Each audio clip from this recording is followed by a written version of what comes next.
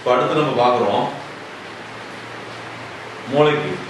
மூளைக்கு பார்த்தோம்னா மூளைக்கு ரத்த குழாய்கள் வந்து ஆற்றிலிருந்து பெரிய பெரிய ரத்த குழாய்கள் தான் போகும். ஆனால் கடைசி பகுதிகளெல்லாம் சிறிய சிறிய ரத்த குழாய்கள் தான்.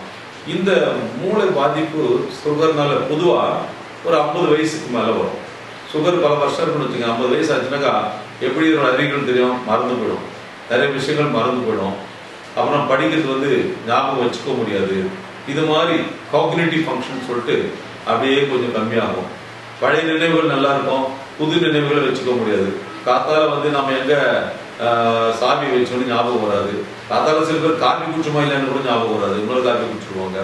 இப்படி பிரெயின்ல கூட இதனுடைய தாக்குதல் ஆகும்.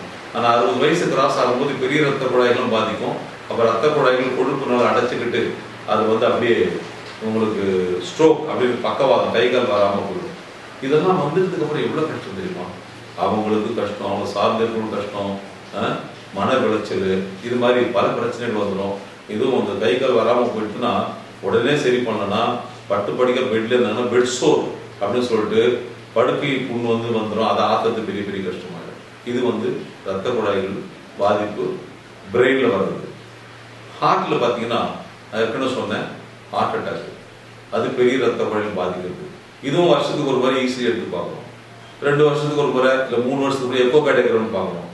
இல்லை பேஷண்ட் எனக்கு மாடிப்படி நடந்தால் மூச்சு வாங்குது, மாடிப்படி நடந்தால் எனக்கு நெஞ்சு அடைக்குது அப்படின்னா ட்ரெட்மில் நடக்க வச்சு ஈஸியாக எடுத்துப்பாங்க.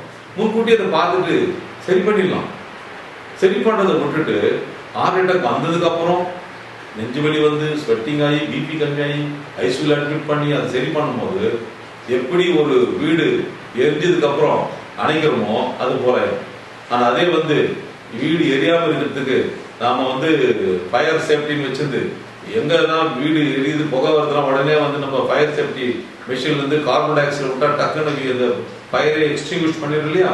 அதே போலதான் நம்ம உடம்புல கூட சுகர்னால ஹார்ட் அட்டாக்ன்றது ஹார்ட் வந்து கருகி போடுறது ஒரு பகுதி, ரத்த ஓட்டமே இல்லாமல் அப்படியே கருகி போயிடும்.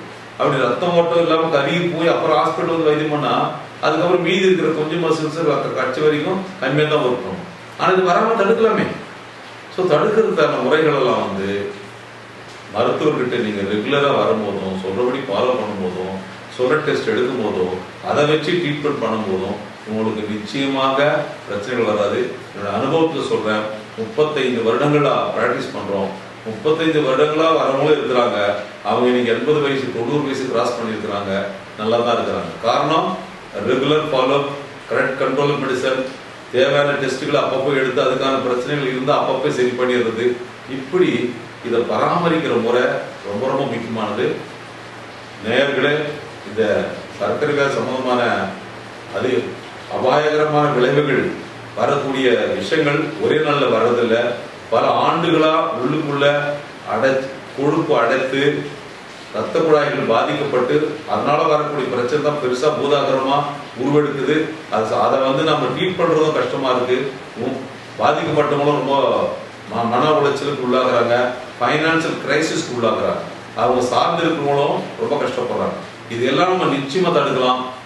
நீங்களும் நலமாகவும் வளமாகவும் வாழலாம், நாடும் நலமாகவும் வளமாகவும் இருக்கு. ஏன்னா நீங்க நல்லா தான் நீங்க டேக்ஸ் கட்ட போறீங்க, நாடு நல்லா தான் இருக்கும். நன்றி, வணக்கம்.